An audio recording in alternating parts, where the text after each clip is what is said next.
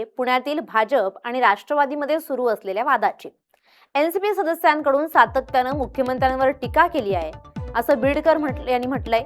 चंद्रकांत पाटलांबाबत दिलेलं जे पत्र आहे ते चुकीचं आहे असं बीडकर यांनी म्हटलंय। एनसीपी शहर नेतृत्वाची यावर काहीच भूमिका नाही, आपण राज्यात एकत्र आहोत याचं तरी भान ठेवा असं भाजप नेते बीडकर म्हणतायत। फडणवीस सुनेत्रा पवार याबाबत जो काही निर्णय घेतील तो आम्हाला मान्य असेल असं बीडकर यांनी म्हटलंय। परंतु गेल्या काही दिवसापासून जर का आपण पाहिलं असेल तर राष्ट्रवादी काँग्रेसच्या सदस्यांकडून तिरंगा रॅली ज्यावेळेस निघाली तेव्हा आदरणीय मुख्यमंत्र्यांपासून महापौरांपर्यंत सगळ्यांवर टीका करण्यात आली।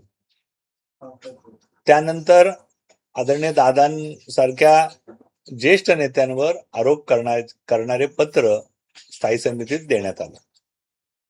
हे पूर्णपणे असंसदीय आहे। आपण दोन्ही पक्ष एकत्रित मिळून राज्यात काम करतोय याचं भान न ठेवणार आहे।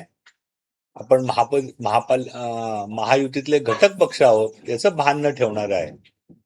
परंतु हे होत असताना राष्ट्रवादी काँग्रेसच्या शहराच्या नेतृत्वाने, शहराध्यक्ष असतील, विरोधी पक्षनेते असतील, यांनी या संदर्भात कुठलीही भूमिका न घेता या संदर्भात पाठिंबा दिल्यासारखं वर्तन केलं। आणि मग आदरणीय मुख्यमंत्र्यांचा रॅलीवर असलेली टीका असेल, दादांवर केलेले आरोप असतील, या संदर्भात जी नैसर्गिक प्रतिक्रिया भारतीय जनता पार्टीच्या कार्यकर्त्यांची येईल तीच प्रतिक्रिया सभागृहात त्या दिवशी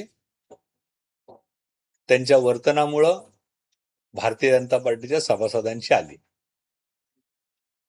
आणि त्यातून मग जो प्रकार झाला तो आपल्याला सगळ्यांना ज्ञात आहे।